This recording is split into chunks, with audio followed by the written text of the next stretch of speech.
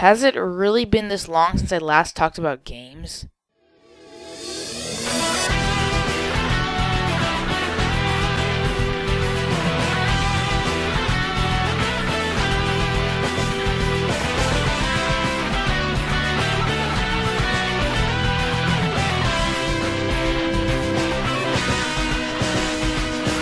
Hello and welcome to another countdown. 2014 was an interesting year for me as a gamer. I played plenty of great games this year, and I've always wanted to make a list like this, so why the hell not? In the year of 2014, I got into a few franchises, played some indie masterpieces, and played some other more familiar games. Overall, this is one of the greatest years for me, not only as a gamer. Now, let me explain the topic. If you're looking for a reflection over games that were released this year, you can leave. These are simply games I played this year, for the first time. There are some exceptions, however. If I got a game for Christmas 2013, it's still a candidate because I probably played most of it in 2014. Also, while I'm not going to make an exact time played, I'll be the judge myself whether or not I've played enough of a game. That's why Fire Emblem Awakening and Portal 2 didn't make it.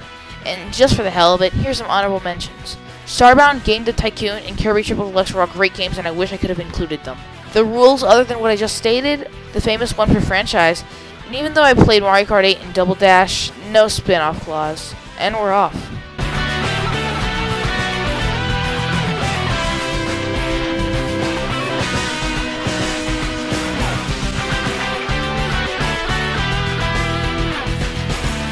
To start this list off, we have a real strange quirky game. Tomodachi Life is a sequel to a Japan-only DS game where you can bring Miis into an island and watch them as they interact. Most life sim games I'm familiar with tend to involve you joining a new town or something and customizing your world. However, you have very little input on what the Miis do. You can't control whom they'll like and dislike, so it's a very interesting game. The game mostly equates to watching your Miis make friends, ask for favors, and get into relationships. There's a lot of stuff your Miis can take part in, and it's really an experience that I don't want to spill all the details. There are a lot of things to do other than serving your Miis. Create dumb songs at the concert hall, create special photos at the photo studio, test compatibility between Miis, and much more. The game is the epitome of silly. The Miis are quirky characters that mostly do meaningless crap, and it's a lot of fun. The soundtrack has a lot of homages to late 20th century sitcom music, and the complete stupidity and cheesiness involved is adorable. The dream sequences make already quirky moments even quirkier. I know there's a good number of still images, but that's because the experiences I've had are incredibly memorable and I want to use them. A lot of people will call this game the new Animal Crossing, and I disagree. Animal Crossing is about you and others. Tomodachi Life is just about the others. That's what Tomodachi Life really just is. Watching. And no, that's not a complaint. However, I do have one. If you really look at Tomodachi Life, it's pretty much just a bunch of Miis wearing dumb clothes screwing around with stock images. It works. I mean, if it had a cute, innocent, charming graphics like Animal Crossing, it wouldn't work so well. But I feel while the style does make sense, it is pretty lazy. But other than that, the ability to bring in my friends, family, favorite characters, and more to interact with one another is incredibly interesting and fun.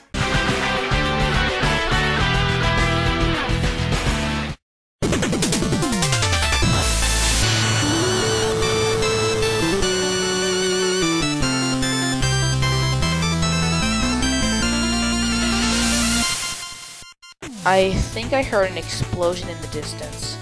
Yes, Shovel Knight is only 9.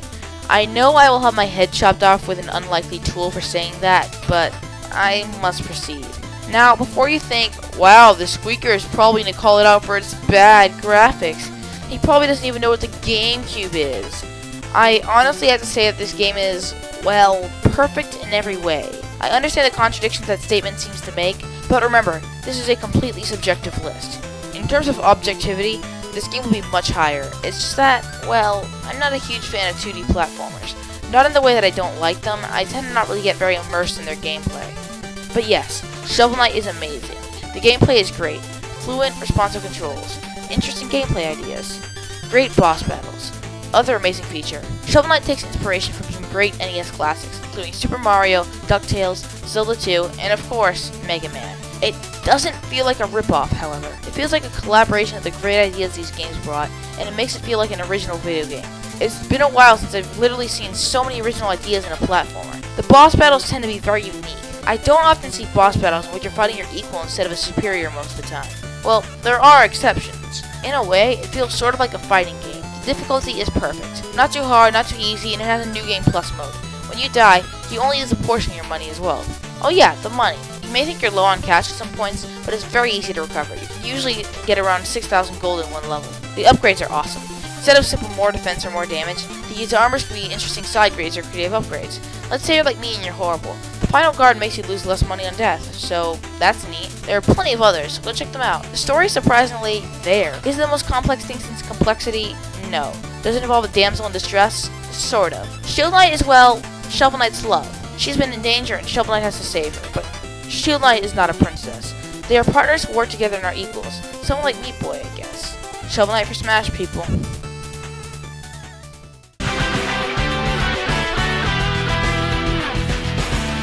Oh boy, here's the hyped one.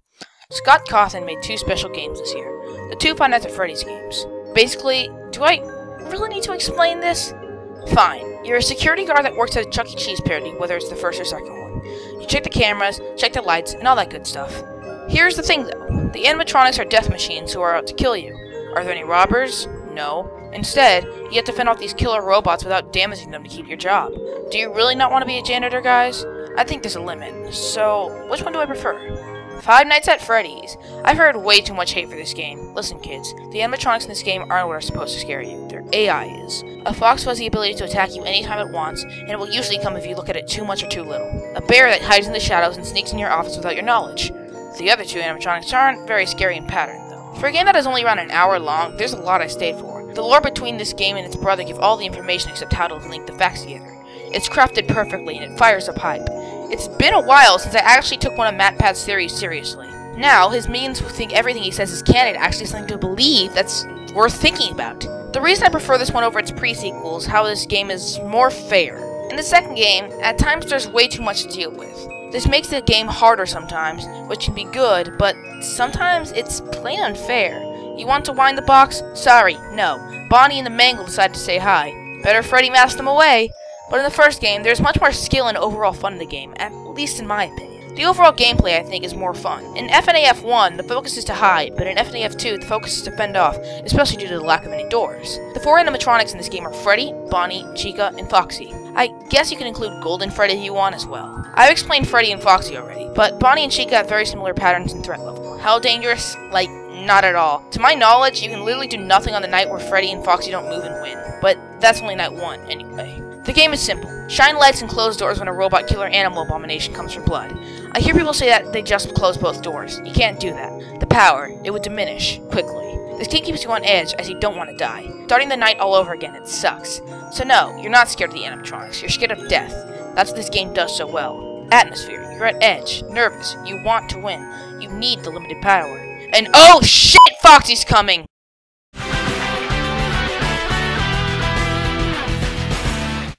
Oh, it's you again. Super Mario 3D World. So, this is what talking about something a second time feels like. Huh. Anyway, Super Mario 3D World. This game. Remember Super Mario 3D Land? Take that, mix it with some Galaxy-esque creativity, and bring in some new Super Mario Bros. Multiplayer from an alternate universe where it's good. That's a pretty good way to explain it. If you're coming to this game for an epic Super Mario Galaxy kind of 3D Mario adventure, you've come to the wrong place. Super Mario 3D World is basically a normal linear Mario side-scroller, but not a side-scroller. It's a game with 3 dimensions. The platforming is genius. It's been a while since I've really looked at some features in a Mario game, and really was impressed. This is easily the most creative Mario game ever. Even the visuals are incredible. Not only are they colorful, almost every level has its own set of recognizable visuals, so it's easy to discern different environments from others. There are 6 playable characters you can be: Mario, Luigi, Peach, Toad, Captain Toad, and Rosalina, who all have their own pros and cons. Mario is what you'd expect, balanced. Luigi jumps high, but he has a slow sprint and low traction. Princess Peach can hover, and she has good sprint and trade for low speed. Toad is fast, but he has slow sprint and low jump. Rosalina is incredibly slow, but she sprints soonest, jumps highest, and has a spin attack. Captain Toad is only playable in the Captain Toad minigames, which I love. There are a series of puzzle dioramas in which you collect green stars to advance forward. They're a ton of fun, and I'm hyped to play Treasure Tracker. Peach is my personal favorite character because gliding and platform is incredibly nice for quick recoveries. Unless you're speedrunning, who cares about speed? Also, since Peach isn't kidnapped, the Sprixie princesses are kidnapped instead. I'm not exactly sure why this is so, but it's still nice to see there's something different, and the ability to play as Peach is a lot of fun. The game is designed for all the characters to shine, with some green stars and stamps being either really hard or impossible for all but one character to get. The power-up selection is also a lot of fun. Pikachu is now one of my favorite power-ups, and it will probably stay that way. And there are 12 worlds! Wow! You did it right, Nintendo.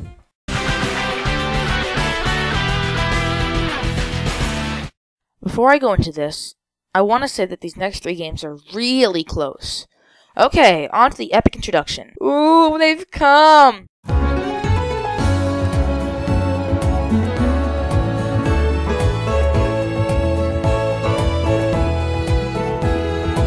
The remakes are out, and what did I think of them? Amazing. This game is one of the best Pokemon games we've had. I'm serious. I'm not the fondest of X and Y, however I love Omega Ruby and Alpha Sapphire. Where should I start? Oh yeah, this is how remakes are done. Not only does it take what makes the original special and gives it fancy graphics, it expands on what made them great. X and Y had good graphics and all, but the tropical, colorful environments truly showed what Game Freak is capable of. The gameplay is, well, Pokemon. It's what we loved back then and what we love now. Catch animals, train them, and abuse them. Same level of tactic from the late 90s. The customization options available within this series have always been amazing. Choose your fighters, their stats, their EVs, their natures, and so much more. Yes, trainer customization is gone, and in all honesty, that is its only flaw. Except too much water! The story is, for the most part, the same as it was in our last Hoenn adventure. There are 2 teams, Team Aqua and Team Magma. The team that is the main antagonist depends on the version you get, so if you happen to prefer the land like everyone's most trusted review website, Alpha might be for you. But it doesn't really matter. Your character isn't really shown to take any sides. It's just that the main villain team is just being stupid and idealistic, and you need to call it their bullcrap. The writing is honestly more thought out than most other Pokemon games. I don't know. The characters I found to be much more enjoyable and worth listening to. Some of my favorites include Wally, Zinnia, and Steven. After May decides to go home and quit her road to championship, a young, sickly boy named Wally takes the role of your rival. You fought him before, but now he isn't screwing around. He's a decent challenge, and I kinda wanted him to be the champion. Speaking of which, Steven. Throughout the game, Steven appears now and then to help you out, give you advice, etc. He's sort of your mentor, and him being the champion was a perfect choice, even though Wally's pretty cool too. And finally, the Delta episode. An extra saga in a Pokemon game was an excellent idea. While it's only 2 to 3 hours long, it was a fun and interesting ride. There's a meteoroid in collision with Earth, and you have to stop it. They introduce a mysterious character, Zinnia. Zinnia is a strange girl with a cloudy backstory, and she acts as an annoyance at first. However, she ends up being a very important key to the ending. The episode ends off with the ability to catch Rayquaza, and the ability to catch Deoxys outside of some dumb mystery gift, which is amazing. The soundtrack is, well, awesome. It may not have as much brass, but it's still amazing. And it's Pokemon.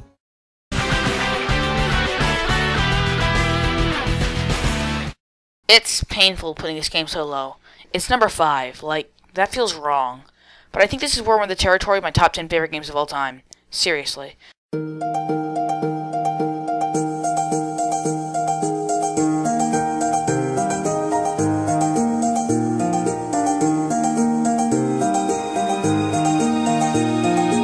I have trouble discussing To the Moon.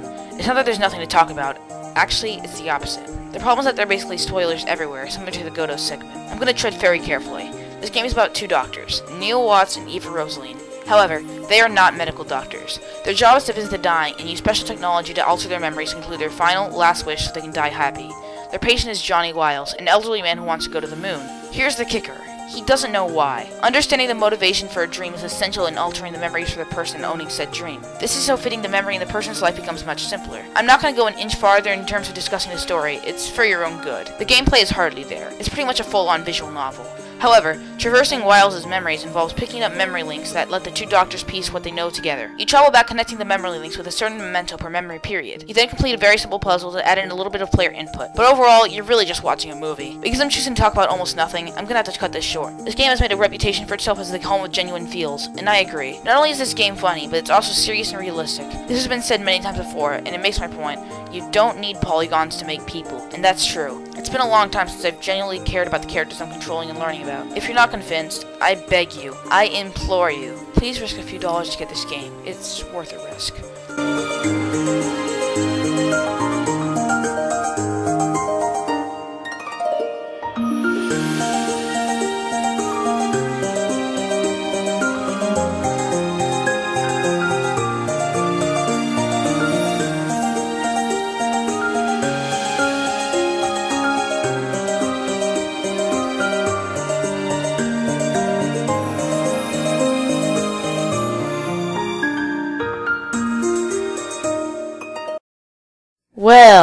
That was the number 5 segment.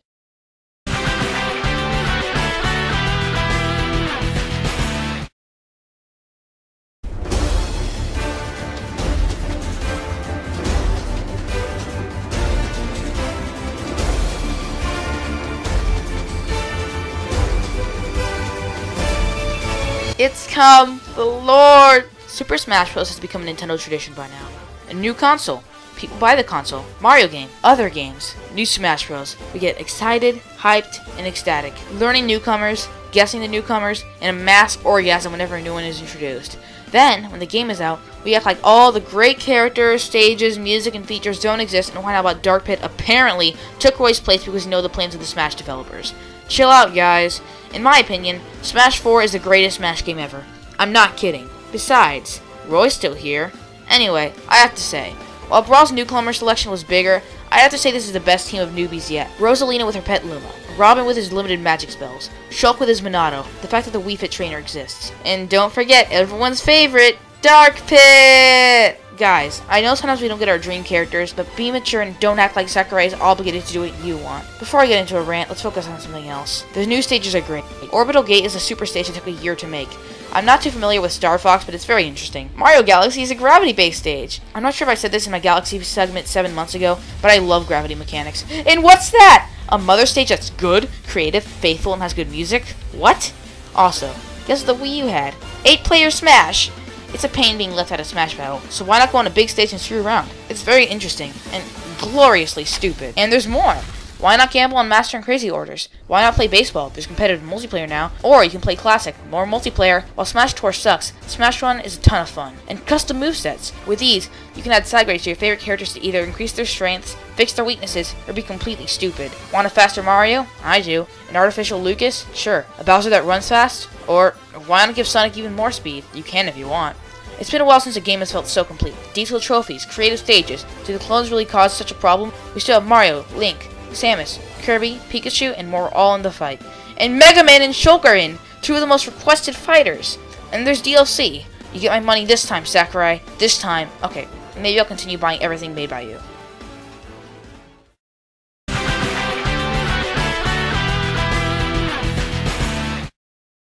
Throughout this year I got into a few new franchises. One of them was The Attorney.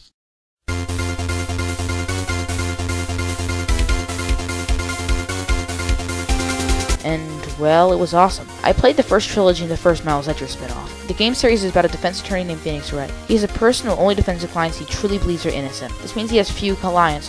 However, it makes a character that anyone can look up to. The series, like To the Moon, isn't very gameplay-based. However, there's more gameplay than To the Moon. Basically, you're in charge of studying the witnesses' statements and finding the contradictions. The other half of the gameplay is the investigations. While most people along with me prefer the courtroom by a long shot, the investigations are still pretty enjoyable. Here you examine crime scenes, talk to witnesses, and other stuff. With this type of gameplay, you tend to have to do a lot of thinking. Well, that's a given. For non-action based games, I tend to get more excited than one would think. So, which one's my favorite? The one with the badass.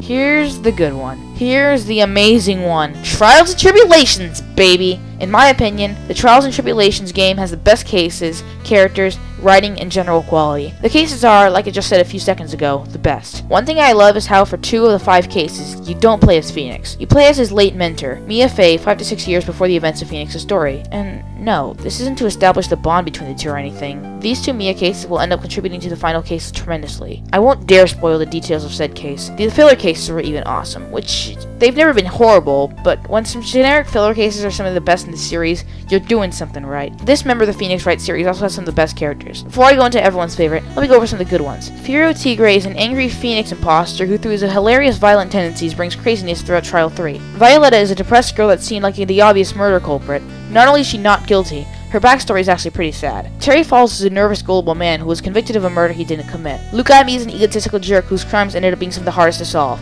Okay, Now we go over the big two. Dahlia Hawthorne is a sociopathic girl who is responsible for using everyone around her as her tools, and she is guilty of multiple murders. She's basically the main antagonist for the whole story. And the big one, Godo.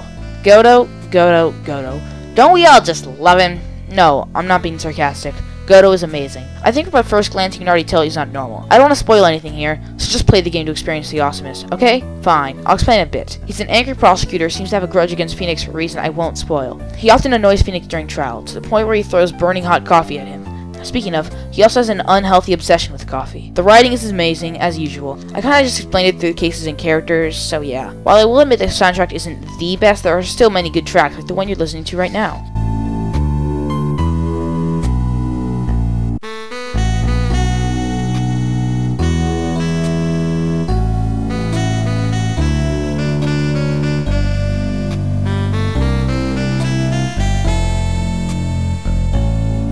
To wrap it all up, Phoenix Wright Ace Attorney Trials and Tribulations has become one of my favorite games of all time through the wonderful story it has, with many emotional moments that could change you as a person. And it's a game about a friggin' lawyer.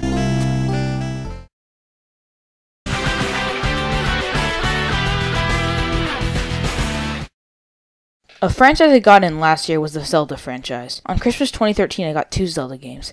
The first was A Link Between Worlds, which I liked a lot. The other, however,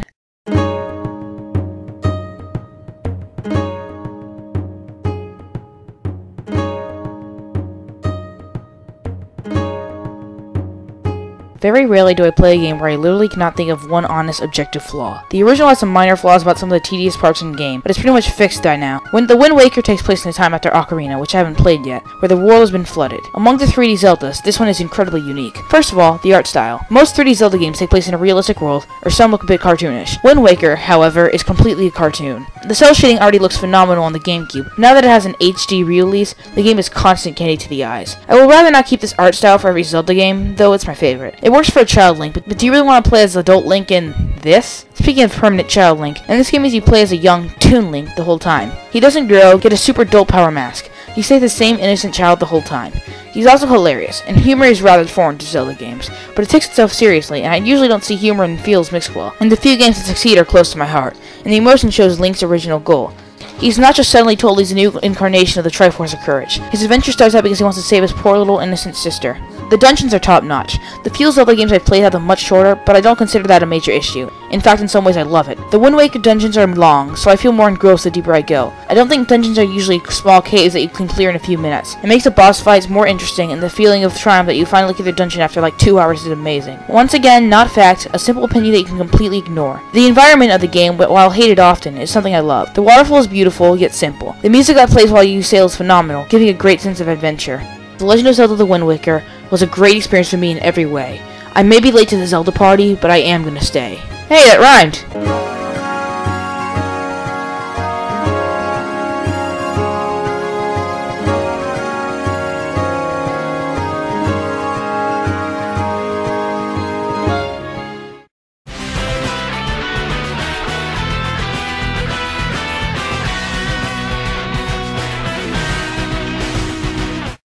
Well, no excrement. Kid Icarus Uprising deserves this slot more than any other game I played this year. Something I rarely see in video game is the evident presence of heart and passion. You know, the feeling you get when you're playing a game where it's obvious the creator truly cared about what he or she was making. And I feel it here. This game is about that weird angel kid that everyone loved to play in Brawl. Nintendo saw the potential of a revival, so they dorked him up and gave him a story. For most of the game, you play as the angel boy mentioned earlier, Pit. However, some portions of the game, including playing as a super strong human, Magnus, and everyone's favorite Smash newcomer. On the topic of characters, the writing and humor of the different personalities in the game truly is one of the greatest factors. I really don't think there are any characters I legitimately don't like. Some of the standouts in my opinion include Viridi, Pit, the Clone, Palutena, and Hades. These are just a few, and there are many, many more greats. There are 2 main gameplay sections of each chapter. They're the flying and land sections. The flying sections, in my opinion, are the best parts of the game. I don't think I've stated this on my channel before, but I have a thing for aerial combat. And, well, it's aerial alright. I like these because this is when the developers get showy. Infiltrate an alien base, ride through a tornado. Also, there's much more dialogue in these sections than on the land sections. The land sections are the other part of the game. These make up most of the chapters, and they, while less preferred than the flying sections, they are still a lot of fun. It tends to be the exploration of enemy bases, however it can be mixed up now and then. There isn't much to say about the two gameplay sections, as I don't usually play this game for the gameplay. I play for the character interaction and writing. The story, to be frank, is a bit generic. Evil Mickey antagonist is back with their armies, and you need to fight her. However, the twist on it is what makes it so much fun to take part in. Instead of some young, tortured soul that was destined by the prophecy to save the world, Pit is just the last remaining angel, so he kinda has to do Palatine's dirty work. I think the greatest thing about this game is the writing and the true heart and passion it emanates. It is hilarious, possibly the funniest game I've ever played in my life. This game makes as many jokes as possible, and pretty much every single one hits home. But then again, non-stick or star Paper Mario. I hear a lot of complaints about the controls. I'll say that they can be a little bit awkward, however, not only can you switch your buttons around, you'll eventually get used to it. The soundtrack is phenomenal. A mix of orchestra, rock, and everything in between. As said before, this game is my favorite 3DS game, and for good reason. It truly combined everything I love in a game. Great humor, great writing, great characters, and overall a ton of love and care put in the process. Here's to hoping Sakurai will make Kid Icarus Uprising U. It would truly be amazing, just like this game. 2014 was great, and I'm hoping 2015 will be even better. I'm hoping this big change in what I do is going well and you guys are liking it. I'm thinking of making an update video soon, so look out for that. My name is Kyle, otherwise known as Jaja 3, and it's great to be back.